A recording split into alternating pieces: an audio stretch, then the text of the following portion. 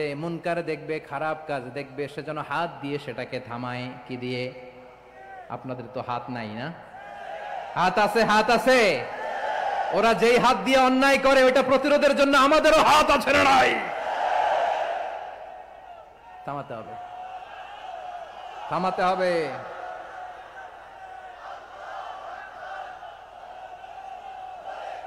বসুন আমার প্রিয় ভাইয়েরা, ওরা ওদের যেই হাত দিয়ে টেন্ডারবাজি করে, চাঁদাবাজি করে, ইফটিজিং করে, দখলবাজি করে, যেই হাত দিয়ে, ওই মুনকার থামায় দেওয়ার জন্য আল্লাহর দেয়া আমাদেরও দুটি হাত আছে না নাই?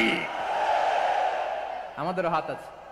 থামাইতে হবে, থামাইতে হবে, হিম্মত করতে হবে। আমার প্রিয় ভাইয়েরা, না থামালে আমরাই ডুববো শেষমেশ। আমাদের বাঁচার জন্য হলেও থামাইতে হবে। রব্বুল আলামিন বলেন, ওয়াত্তাকু ফিতনাতাল লা তুসিবান্নাল্লাযীনা যালামু মিনকুম খাসসা। ও আমার গোলামেরা, ওই আযাবকে ভয় করো যে আযাব যখন আমি জমিনের বুকে পাঠাই শুধু জালেমদেরকেই মারি না, আলেমদেরকেও মারি। আযাব যখন আসে তখন শুধু জালিমই মরে না, আলেমও মরে। জানেন, মুসা আলাইহিস সালামের পায়ে একবার একটা লাল পোকা কামড় দিয়েছে, লাল পিঁপড়া। লাল পিঁপড়া কামড় দিলে খুব আরাম লাগে না?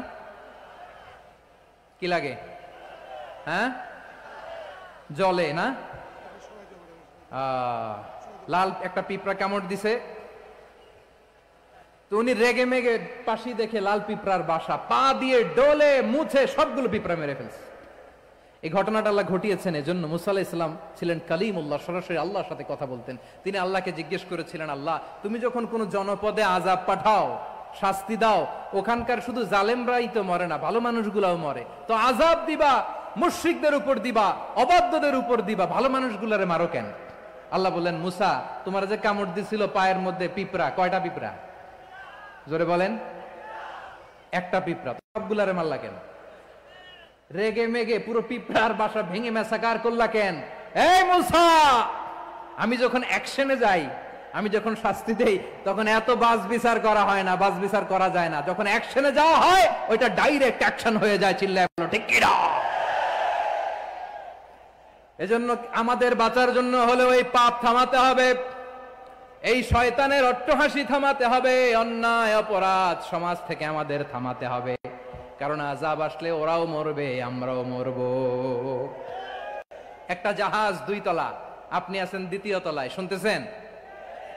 শুনতেছেন? জাহাজ কয় তলা? আপনি কোন তলায়? 2য় তলায়।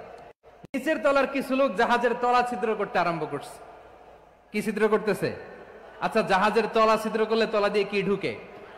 এখন আপনি যদি বলেন আমার কি, আমি তো 2 তলায়, আমার কি, আমি তো সেফ, আমি ইন দ্য সেফ জোন, আমি তো ভালো আছি, আমি তো ভালো আছি, ওরা ছিদ্র করে ওরা মরবে। আসলে কি শুধু ওরা মরবে?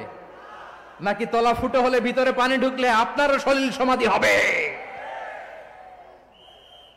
তলা দিয়ে যখন পানি ঢুকবে, জাহাজ ডুবলে আপনিও মরবেন। এজন্য নিজে মরার আগে ওই পাগলগুলোর নিচতলায় যে থামাতে হবে। চিল্লায় বলেন ঠিক কি না?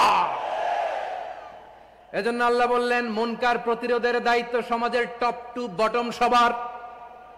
পুরো আম্মার দায়িত্ব, সরকার প্রধানের দায়িত্ব, প্রতিটি ফ্যামিলির প্রধান বাবার দায়িত্ব, বিশ্বনবী বললেন প্রতিটি সচেতন মুসলিমের দায়িত্ব। এজন্য মুনকার প্রতিরোধ করার দরকার আছে না নাই? সমাজে এই যে ইফটিজিং হয়, আপনার বোনের বয়সী একটা মেয়েকে কিছু বকাটে টিটকারি করে, এই বলে সেই বলে, নোংরা কথা বলে, রাস্তায় দেখেও আপনি পাশ দিয়ে না দেখার মতো চলে যান কেন? আপনি দাঁড়ান না কেন? আপনি দাঁড়ালেই তো থেমে যাবে, কারণ সত্যের যে শক্তি তার সামনে মিথ্যা মুখ থুবড়ে পড়ে। আপনার সামনে ও কিছুই না, নাথিং। আপনি দাঁড়ান, ওকে প্রশ্ন করেন যে আমার বোনকে তুমি ডিস্টার্ব করো কেন? আপনাকে দেখে আরো 5 জন দাঁড়াবে, 5 জনকে দেখে আরো 10 জন দাঁড়াবে। আমাদের নীরবতা আর আমাদের নিশ্চুপ থাকাই জালিমদেরকে আরো শক্তিশালী জালিম বানিয়েছে। এজন্য মুনকার প্রতিরোধের দায়িত্ব আমাদের সবার। টেন্ডারবাজি, চাঁদাবাজি, দুর্নীতি, অপরাধ, দখলদারিত্ব, মজুদদারি, এগুলো সব কিছু একসাথে প্রতিরোধ করতে হবে। ঠিক কিনা বলেন? একটা মানবিক সমাজ যদি চাই, প্রতিরোধ করতে হবে। প্রিয় ভাইয়েরা, আল্লাহর শপথ নিয়ে বলি, এই নাসিহাত গুলো সবার জন্য, সব দলের জন্য, সব মতের মানুষের জন্য। আমরা কোন দলের প্রতি মানুষকে ডাকি না, আমরা ডাকি ইসলামের দিকে। সব দলের, সব মতের, সব মানুষদেরকে আমরা আহ্বান জানাই, আসুন আমরা একটা সুন্দর সমাজ বিনির্মাণ করি। এই যে নতুন বাংলাদেশের এক সুযোগ এসেছে, আর জীবনে হয়তো আসবে না, সামনের 100 বছরে এই সময় আসবে না। আসুন দেশটাকে আমরা সাজাই, আসুন আমরা দুর্নীতি বন্ধ করি, আসুন আমরা চাঁদাবাজি বন্ধ করি, আসুন আমরা দখলদারিত্ব বন্ধ করি, আসুন আমরা এক দল আরেক দলকে নিশ্চিহ্ন করার যে রাজনীতি, এটা বন্ধ করি। সব দলের প্রতি আমার আহ্বান। আমি কিছুদিন আগে একটা নিউজ দেখলাম, ওই যে লন্ডনে বসে জনাব তারেক রহমান সাহেবকে আমি ধন্যবাদ দিতে চাই। উনি সংবাদ শোনা মাত্রই ওনার দলের অনেক চাঁদাবাজকে উনি বহিষ্কার করেছেন। I do appreciate. প্রতিটি দলের এরকম ইনিশিয়েটিভ নেওয়ার দরকার আছে না নাই? যে কোনো দলে এই প্র্যাকটিসটা থাকার দরকার আছে না নাই? চাঁদাবাজদের সাথে আপনারা নিজেদেরকে মুক্ত ঘোষণা করবেন যে এরা আমার দলের কর্মী হতে পারে না। আমরা চাঁদাবাজ মুক্ত বাংলাদেশ চাই, জুলুম মুক্ত বাংলাদেশ চাই, ফ্যাসিজম মুক্ত বাংলাদেশ চাই, গুণ খুন খারাপি মুক্ত বাংলাদেশ চাই। আমরা নতুন ভোরের বাংলাদেশ চাই।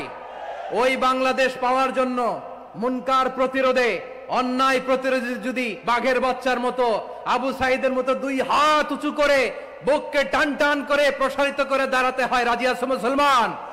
কারা কারা রাজি? আল্লাহকে হাত দেখিয়ে প্রতিজ্ঞা করো।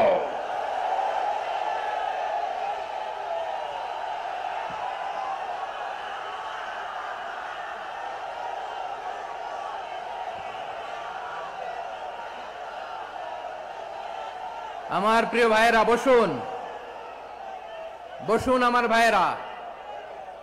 রাব্বুল আলামিন বলেন, ওয়ায়ানহা আনিল ফাহশাই ওয়াল মুনকার। আল্লাহ বললেন, আমি অশ্লীলতাকে নিষেধ করি, আমি সব ধরনের মন্দ কাজকে নিষিদ্ধ করি, সব শেষে আমি সীমা লঙ্ঘনকে তোমাদের জন্য নিষিদ্ধ করি। আলোচনা মনে আছে তো, না ভুলে গেছেন? নিষিদ্ধ করেছেন কয়টা জিনিস? 1 নম্বরে অশ্লীলতা, 2 নম্বরে মুনকার তথা সব মন্দ কাজ, 3 নম্বরে আল বাগি, সীমা লঙ্ঘন, ক্রসিং দ্য লিমিট। সীমা লঙ্ঘন করা ভালো না। We all should know our limits. চিল্লায় বলেন ঠিক কিনা? একই আয়াতে আল্লাহ বললেন, কুল ইন্নামা حرم ربي الفواحش ما ظهر منها وما بطن والإثم والبغي بغير الحق। অন্যায় ভাবে যে অবাধ্য হয়, যে সীমা লঙ্ঘন করে, তাদেরকেও আমি এটা হারাম করে দিলাম। সীমা লঙ্ঘন করা হারাম, সীমা লঙ্ঘন করা হারাম। আল্লাহ বারবার আমাদেরকে ওয়ার্নিং দেয়। যখন আমরা থামি না তখন আল্লাহ ধরে, আর যখন ধরে তখন ছাড়ে না। ধরে না, ধরলে আল্লাহ। ফেরাউনকে কিন্তু হুট করে ধরে নাই, আপনারা জানেন 9 বার ওয়ার্নিং দিয়েছে। ফেরাউনকে আল্লাহ তাআলা ওয়ার্নিং দিয়েছিল কয়বার? বীর চট্টলার বীর সেনানীরা আওয়াজ করে বলেন, ফেরাউনকে ধরার আগে ওয়ার্নিং দেয়া হয়েছিল কয়টা?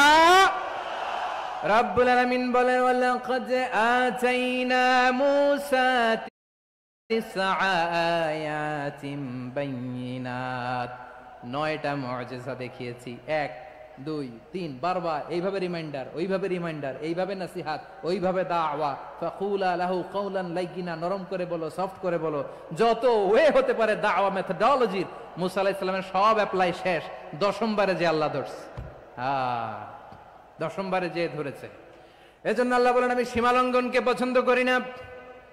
কোরআনের অন্য আয়াতে বাগীকে বলা হয়েছে আল ইতিদা। সীমা লঙ্ঘন যারা করে তাদেরকে আল্লাহ বলেছেন মুতাদিন।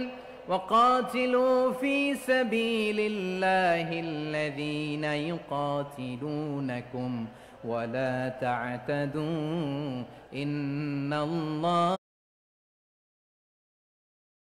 لا يحب المعتدين। আমি সীমা লঙ্ঘনকারীদেরকে কোশ্চেন কালেও পছন্দ করি না। আমরা যেন সীমা লঙ্ঘন না করি, রাজি আছেন তো? যে কোনো ক্ষেত্রে ইবাদতে যেন সীমা লঙ্ঘন না করি। অনেকে আমরা ইবাদতে সীমা লঙ্ঘন করে ফেলি। বিশ্বনবী সাল্লাল্লাহু আলাইহি ওয়াসাল্লাম যেটা শিখিয়েছেন এর বাইরে যে অতিরিক্ত বুজুর্গ হতে চায়, এরকম আছে না নাই? করা যাবে না, কোনো ক্ষেত্রেই সীমা লঙ্ঘন করা যাবে এমনকি যুদ্ধক্ষেত্রেও না। বিষ্ণু ইসলাম বলেন খবরদার যুদ্ধক্ষেত্রেও সীমালঙ্ঘন করো না। কি সুন্দর ইসলাম আমরা পেয়েছি। বিশ্বনবী বলেন খবরদার যুদ্ধের ময়দানে কোনো নারীর গায়ে হাত তোলো না, কোনো শিশুর গায়ে হাত তোলো না, কোনো গবাদি পশু হত্যা করো না, কোনো শস্য ক্ষেত্র ধ্বংস করো না, এবাদতরত অন্য ধর্মের কোনো সন্ন্যাসীর গায়ে হাত তোলো না। বলেন সুবহানাল্লাহ। তাহলে আমরা সীমালঙ্ঘন করতে পারবো? প্রিয় ভাইরা,